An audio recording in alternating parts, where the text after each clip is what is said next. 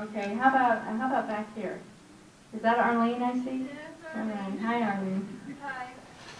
Said on the news that there were 7 structures burned. Could you tell me what area that burned? Okay. What area were the 7 structures burned? Those were outbuildings that you... Most of the structures that are outbuildings were in the lower end of the fire. We don't know exactly where right now. Okay, right here. Will there be That'll be extra assessed. deputies on duty over the weekend? Yes. Will there be extra deputies on duty over the weekend? Yes. Yes. Okay, and right here? How will we be notified to evacuate? Is somebody going to not walk up to the door? Or are they How will we be notified to evacuate? Will someone walk up to the door or do something else?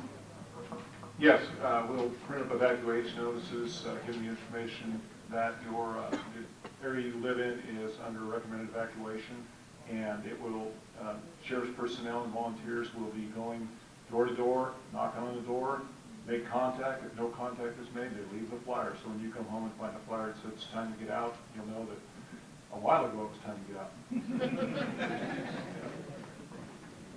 And those announcements will also be made on the local news media, the radio and whatnot. Right here? How close does the fire have to get before you order evacuation?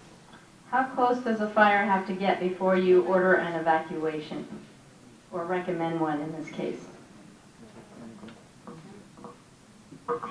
Well, it really depends. It depends on, like, the fuel types, it depends on the topography, depends on the predicted weather. Fire's the only thing on earth that moves quicker when it runs uphill than downhill.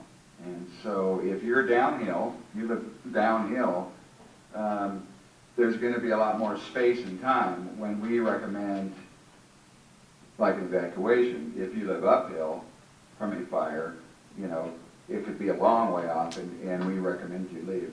So it really depends.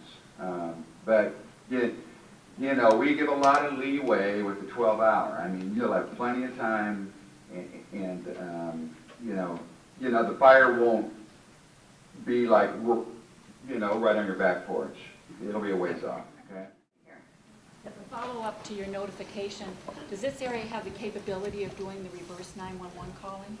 As No. a follow-up to notification, does the area have the capability to do reverse 911? And the answer is no. We have received a grant from the state to help with that process. We've received an extension on the grant because they wanted it done before they gave us the money.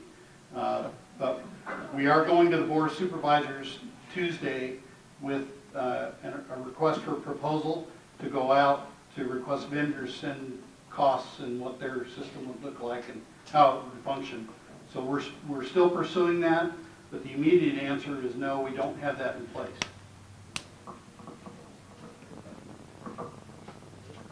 Okay, right over here. I know that California is bombarded by 1,400 fires.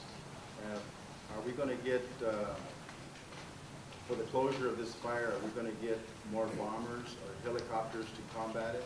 Okay, realizing there's a lot of fires going on in the state of California, are we going to get more resources as far as retardant and helicopters and things like that? I can answer that question because of my involvement in Sacramento. The federal agencies have contracts with the military that if there are an extensive amount of fires that they need additional air tankers, they can go to the military and retrofit C-130s with a tank system that will drop retardant. There are 8 of those nationally. All 8 are in California.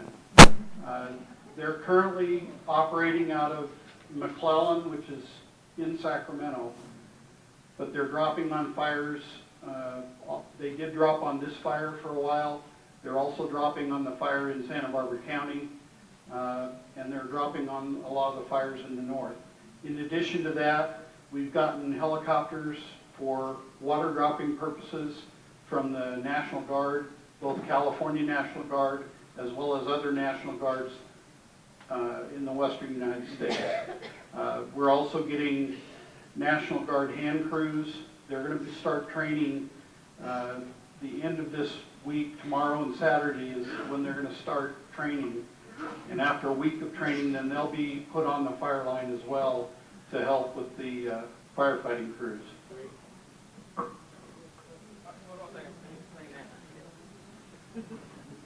Clarification on that one.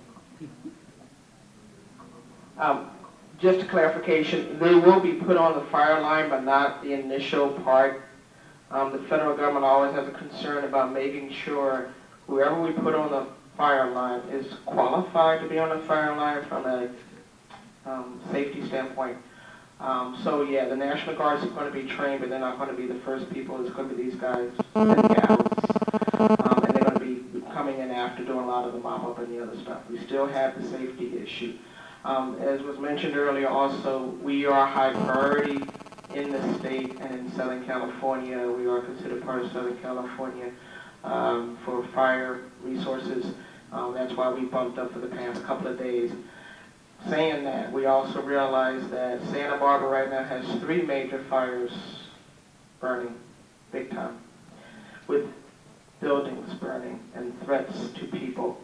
And this is early in the fire season, so as Rick stated, this district is extremely depleted with 2 engines to manage this big district, which goes from all the way over here, all the way up towards the wilderness area. So there's always a concern of another fire start to necessarily keeping the resources on this particular fire.